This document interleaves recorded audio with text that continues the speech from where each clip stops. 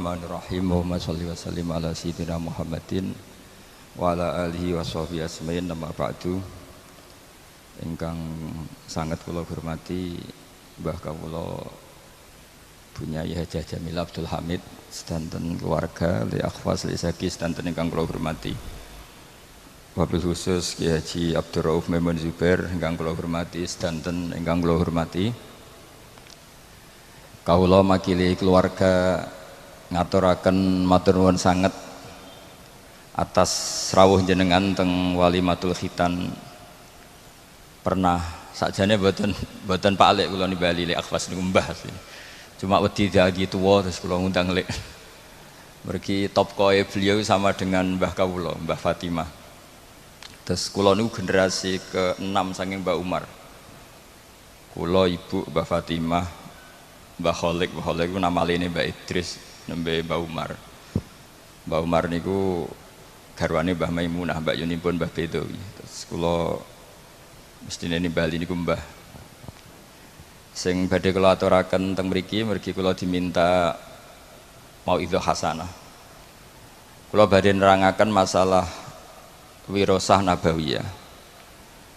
Didhawaken dening para ulama, setiap kata waris di Quran untuk ahlul khairi maka maknanya itu wirasah ilmiah. Misalipun wonten ayat wa waritha Sulaiman Dawud wa qala ya ayyuhan-nas 'allimna mantiqat thairi wa utina min kulli syai'. Sulaiman mewarisi Dawud, maknanya fil ilm. Begitu juga ketika Nabi Zakaria donga fahab li min ladunka waliya yarithuni wa yarithu min ali Yaqub. Saya kasih turunan ya Allah yang bisa mewarisi saya dan mewarisi keluarga besar Yakub. Fil ilmi, dalam urusan ilmu.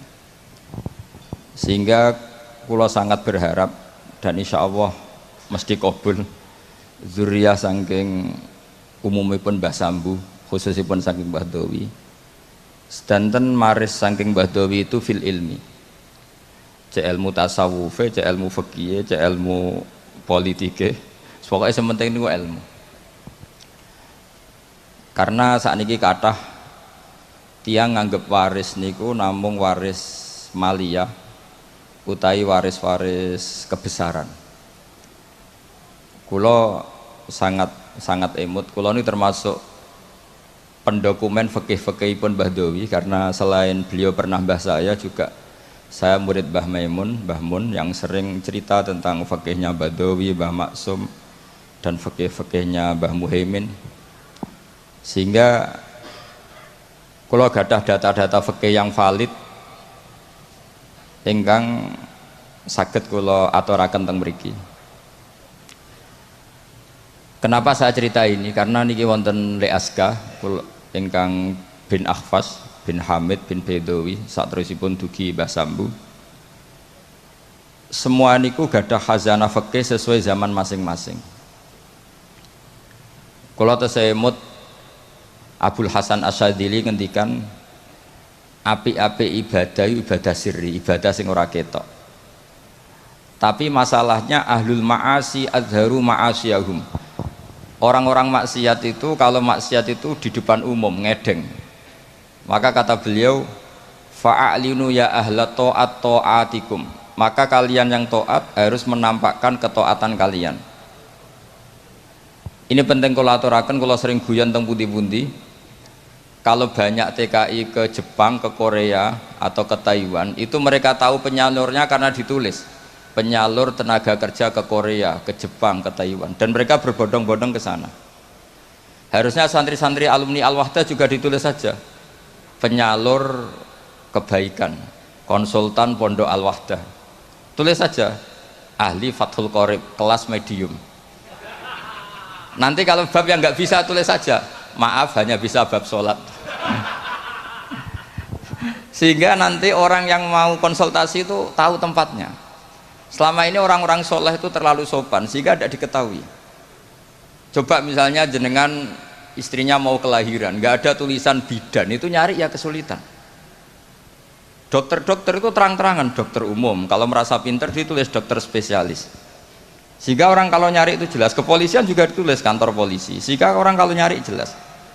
Sekarang problemnya orang-orang alim tuh tidak mau menampakkan kealimannya, entah karena tawadhu, entah karena memang tidak alim, tidak tahu saya.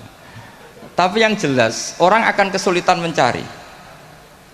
Jadi saya berharap nanti alumni-alumninya Gus Akhfas ini ditulis saja ahli Fathul Qorib kelas medium, spesifik bab sholat, pantangan misalnya muamalat, ditulis saja supaya nanti itu jelas. Loh betul ini, karena dulu Badawi ngajar tafsir itu ya di Masjid Jamek. Semua ulama itu kalau ngajar harus di depan umum biar ilmu itu terkontrol, terkoreksi. Dulu tidak ada ulama yang sembunyi-sembunyi, tidak ada. Imam Bukhari menjadi alim gitu itu diuji 100 ahli hadis di depan umum. Nggak boleh ilmu sembunyi-sembunyi, karena ilmu itu butuh diuji. Ilmu medis ya gitu, kalau kamu ingin gelar doktoral juga ada munakosah, ada ujian terbuka. Nah sekarang ketika yang nampak itu orang-orang yang tidak ahlul ilm, karena ada medianya, kemudian kita sudah ketinggalan jauh. Saya punya cerita, karena kemarin saya di Korea 7 hari. Saya diceritain begini, Pak Gus, menang kalah itu penting diterangno. Karena kalau nggak dijelaskan itu bahaya. Singkat cerita ada cerita begini, jadi orang Korea itu kalau ada orang mau sholat dan majikannya baik itu ditawarin gini, apa saya belikan patung, karena mereka tidak bayangkan satu ibadah kok tidak ada apa patungnya. Itu saya punya teman termasuk jajaran orang Garuda itu sholat di mall, ya di mall di Korea. Itu security langsung nelpon polisi, Pak polisi di sini ada ritual teroris ya. Jadi kalau namain sholat itu ritual teroris. Pertanyaannya adalah sejauh mana kita punya media untuk menjelaskan ini sholat, ini zakat, ini haji. Sehingga tadi malam saya masih ngajar di Pondok Sidogiri, saya cerita kalau orang bisa ke Korea karena tulisan penyalur tenaga Korea, kenapa santri-santri tidak menulis saja penyalur santri ke Al-Wahdah, penyalur santri ke Sarang. Setidaknya kita jadi media. Kita sekarang kesulitan nyari kitab ahli sunnah di kota, itu kesulitan. Yang ada ya kitab-kitab tahqiqan Albani, kitab-kitab kubu mereka. Dari kesulitan itu akhirnya yang dibaca ya mereka, yang diterjemah ya mereka, yang dikaji ya mereka. Dan ketika kita mendebat mereka, kita sudah ketinggalan zaman karena itu sudah terpatri. Misalnya masalah tahlilan, itu mereka kalau nulis begini, enak ya jadi GNU. Ada orang mati, datang, makan-makan, rokokan, pulang dapat sangu. Sehingga image-nya GNU itu buruk. Jadi biasanya yang bisa balas ya yang sama-sama cangkem elek. Makanya saya ini pendukung gerakan cangkem elek, tapi jangan yang kiai-kiai yang gitu, biar yang mereka saja. Terus mereka yang jawab nulis, kamu rela ibu kamu, mbah kamu mati terus dibuang kayak kucing, nggak ada yang doain. Karena di debat pakai logika sudah tidak bisa. Kemarin saya kedatangan tamu dari Jakarta cerita, salaman habis sholat itu ada dalilnya enggak? Itu debat di Jakarta nggak pernah menang dia, pakai logika sehat nggak pernah menang. Akhirnya bisa menang karena apa? Teman saya bilang gini, kamu setelah sholat boleh nggak ke kamar mandi, kencing atau berak? Boleh. Nyalain HP boleh nggak? Boleh. Berarti yang nggak boleh itu ingat Allah. Kan lucu kan, habis sholat wiridan ingat Allah nggak boleh, tapi nyalain HP boleh, ke kamar mandi boleh. Akhirnya menang lewat logika yang agak kasar, cangkem elek lah cara Jawa itu. Karena kalau enggak ya nyari detailnya hadis. Mana buktinya Rasulullah setelah sholat baca ini terus salaman begini. Logikanya ya itu tadi. Kamu habis sholat boleh nggak nyalain HP? Boleh. Boleh nggak ke kamar mandi? Boleh. Kenapa wiridan tidak boleh? Kenapa ingat Allah tidak boleh? Nah, lagi-lagi ini menyangkut media. Sekali yang masuk itu pikiran mereka, kita akan apa ya? Memasuki dengan pikiran kita juga kesulitan.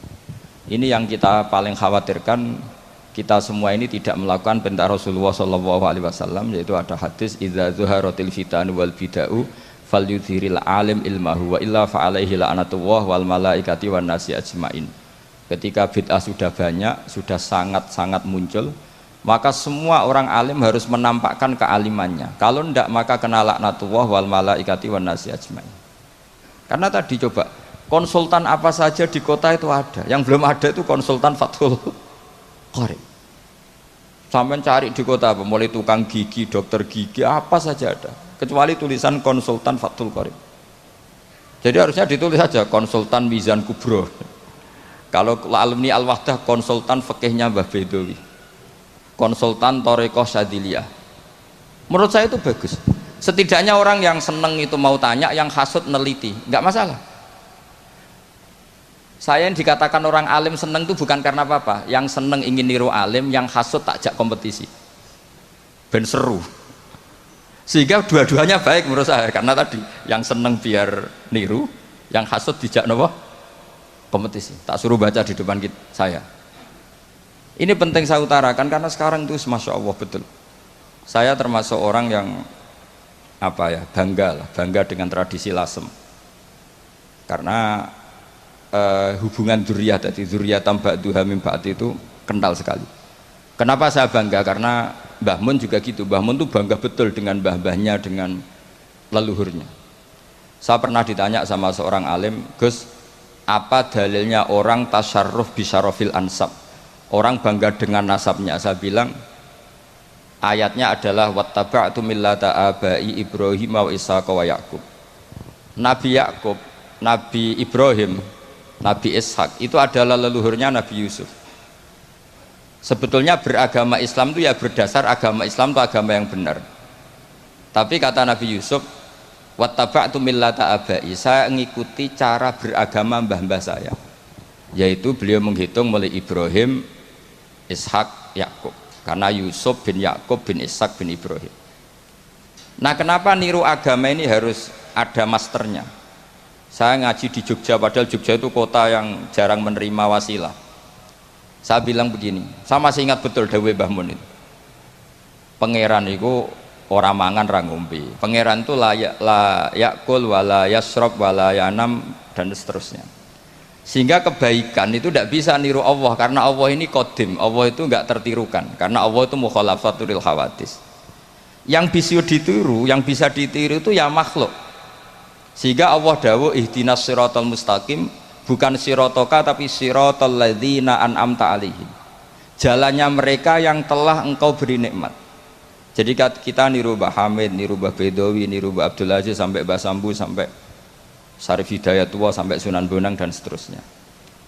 Nah, tapi orang-orang kota itu maunya itu ibadah sendiri, baca hadis terus membayangkan maknanya demikian dipraktekkan tanpa guru. Makanya kemarin ada rame-rame masalah milkul yamin itu korban belajar tanpa apa? Guru. Nah, mereka itu sebetulnya orang-orang yang masih kosong. Ketika kita bilang dalilnya pakai guru ya Fatihah itu ihdinas siratal mustaqim siratal ladzina an'amta alaihim. Jalannya mereka yang telah engkau beri nikmat. Nah, karena kalimatnya adalah an'amta yang telah engkau, maka kemungkinan terbaik memang niru orang yang sudah meninggal. Karena terbukti husnul khotimah tidak terkontaminasi macam-macam. Tapi kalau niru yang masih hidup itu kan nggak ada jaminan nanti stabil enggak. Karena ya manusia itu harus setelah terkenal terus setelah punya jabatan mungkin agak-agak rubah ya macam-macam.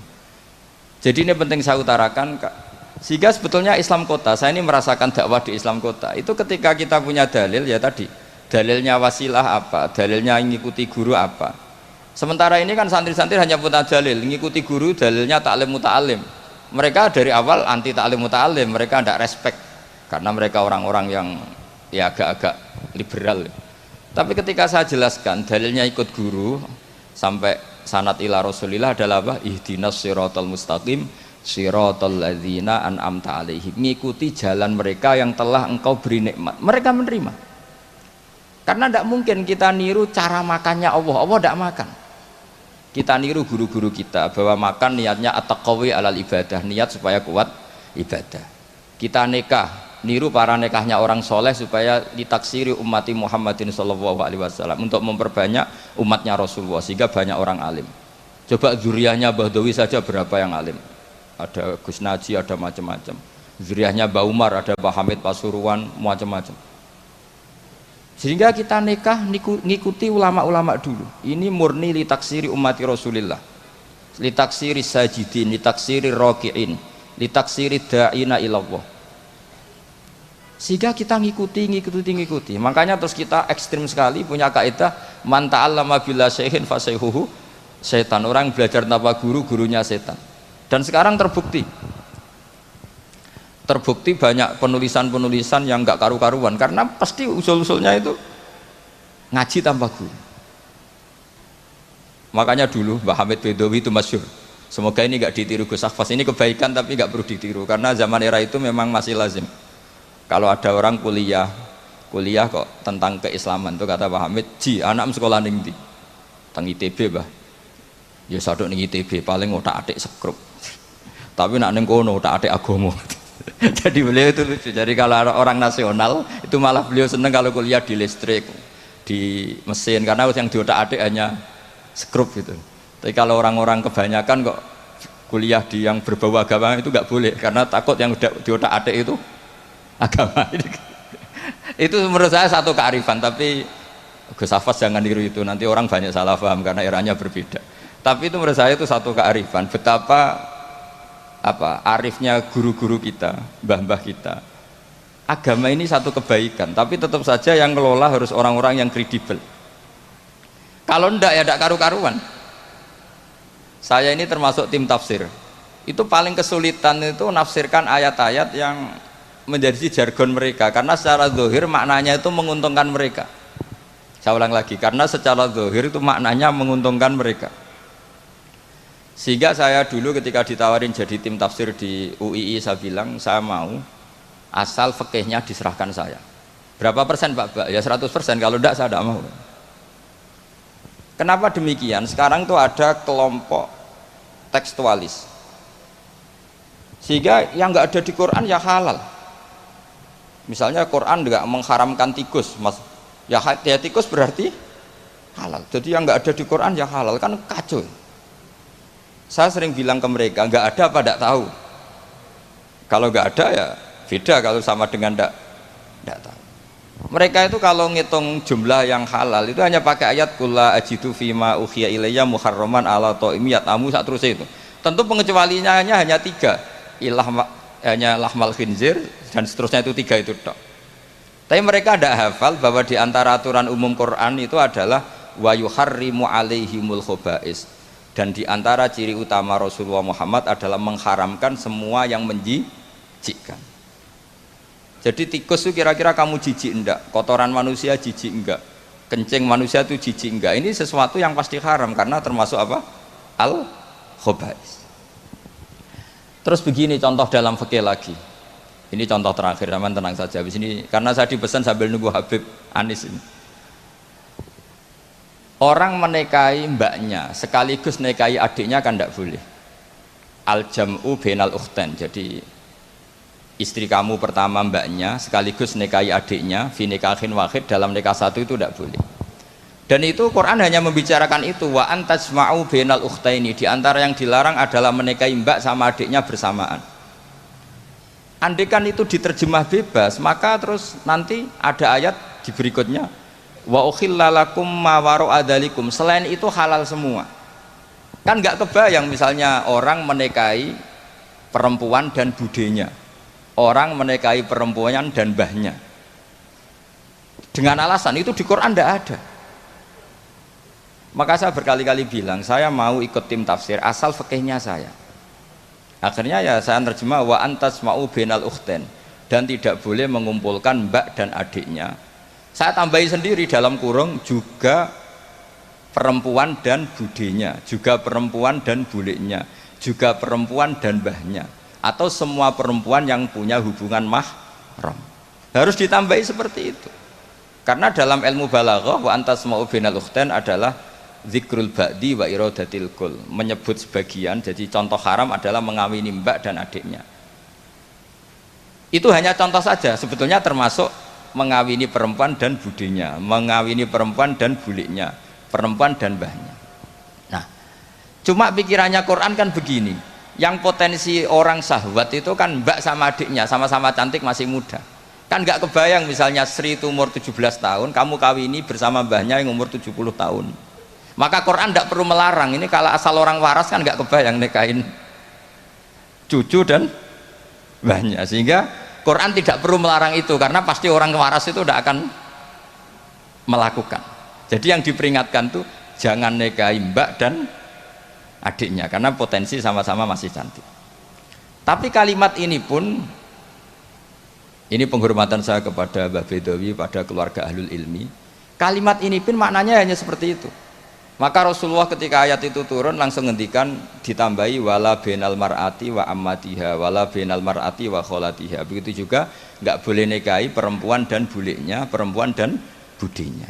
Terus oleh ulama fikih ditambahi lebih umum, dua perempuan yang andekan yang satu lelaki itu tidak boleh nikah, maka dua perempuan ini tidak boleh dikumpulkan tahta rajulin wahid, di bawah satu lelaki. Berarti memasukkan perempuan dan mbahnya, perempuan dan saudara rodoknya, perempuan dan saudara musoharohnya.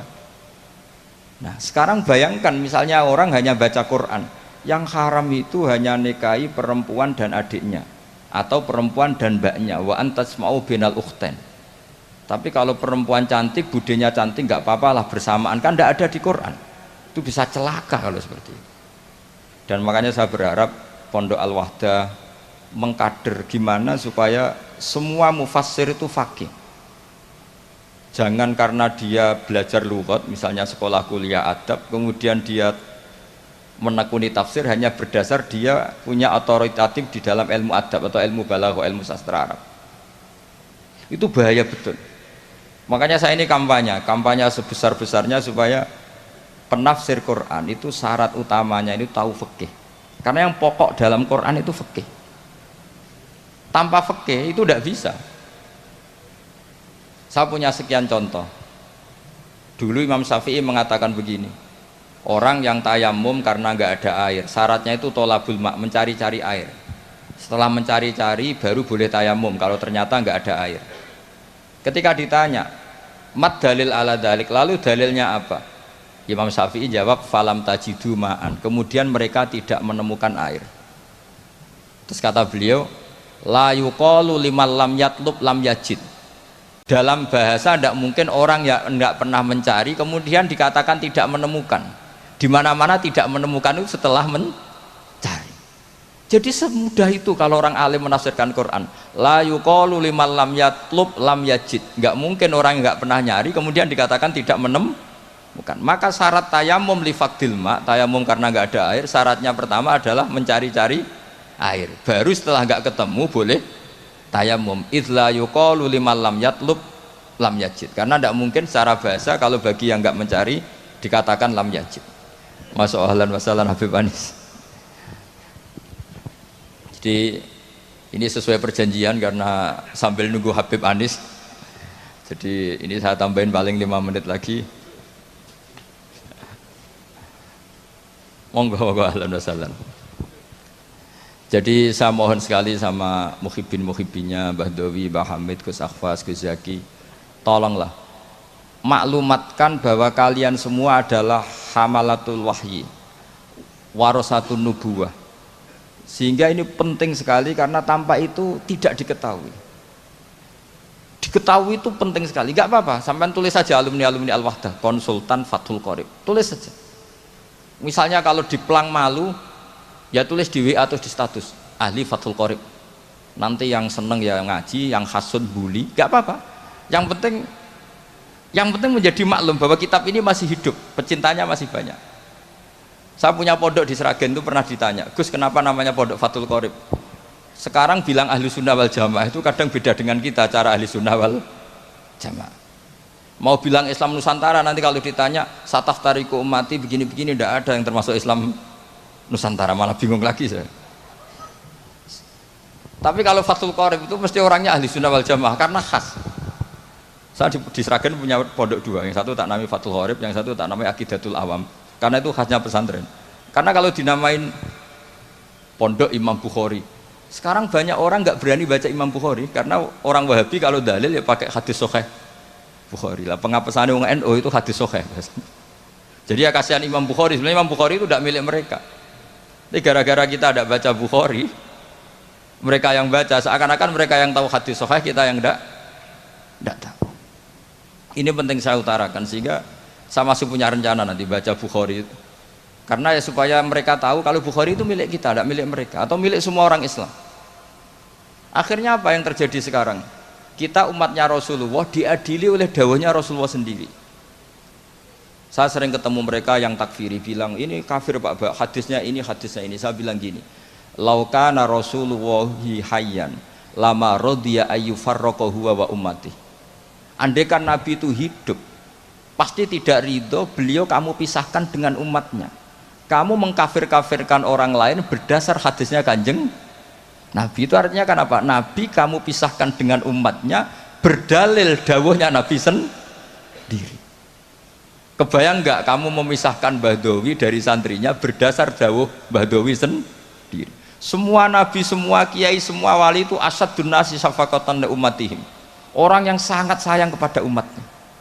Tapi sekarang ada tren orang dianggap kafir, artinya dianggap kafir itu dipisahkan dari Nabi justru oleh dawuh Nabi sendiri. Kebayang nggak Nabi kerso dipisahkan dari umatnya, padahal Nabi fi akhiri hayati ngendikan ummati. Bahkan yang maksiat saja kata Nabi masih ngendikan syafaati li ahlil kabair min ummati. Nanti jatah syafaat saya tak kasihkan umat-umatku yang amalnya tidak karu-karuan, kira-kira gitu terjemahnya. Jadi betapa cintanya Nabi kepada umatnya sampai yang ahlul ma'asi saja kata Nabi nanti mau saya syafaati. Karena Nabi gak mau terpisah dari umatnya. Sekarang banyak hadis sahih yang justru dipakai sebagai alat pemisah bainahu wa baina ummati, antara Nabi dan umat. Maka santri Al-Wahdah ini harus kuat. Semua kita harus kuat. Semua kita harus kuat. Caranya gimana? Yang ngaji tadi, ngaji pakai guru. Sekarang alhamdulillah kan banyak gus-gus besar yang misalnya jenengan gak menangi Said Muhammad, ada Gus Naji, ada Gus Ro'ub, ada Gus Kamil, ada Ali Akhwas, gak menangi Habib Zain. Gus Zaki dulu lama ngaji Habib Zain, gak menangi Said Romdon Al-Buti, banyak santrinya di Indonesia itu luar biasa. Gak ada ulama top internasional yang sanatnya gak ada di Indonesia. Misalnya gak sempat ngaji Habib Umar, banyak orang yang ngaji Habib Umar. Keluarga besar Solo, keluarga besar pondok-pondok banyak ngaji Habib Umar. Jadi Indonesia itu gampang sekali ngakses sanad-sanad kelas dunia. Apalagi Musnidul Alam itu juga orang Indonesia, Syekh Muhammad bin Isa Al-Fadani. Jadi kalau orang Indonesia tidak pinter tuh kebangetan lah kira-kira seperti itu. Karena gampang sekali ngakses sanad-sanad itu. Tapi sanad ini pula yang mulai hilang dari pondok-pondok pesantren, jarang yang mau menekuni. Makanya saya ingin sekali bahwa sanad-sanad ini terus kita jaga. Karena setelah sanad ini terjaga, itu gampang sekali melogika kebenaran. Kayak saya berkali-kali bilang, masa orang kafir 70 tahun menjadi iman gara-gara la ilaha illallah, tapi kemudian kalimat yang sama menjadi kalimat kekafiran kalau kamu bacanya di kuburan. Jadi kalau orang NU tahlil itu kafir, jaluk kuburan.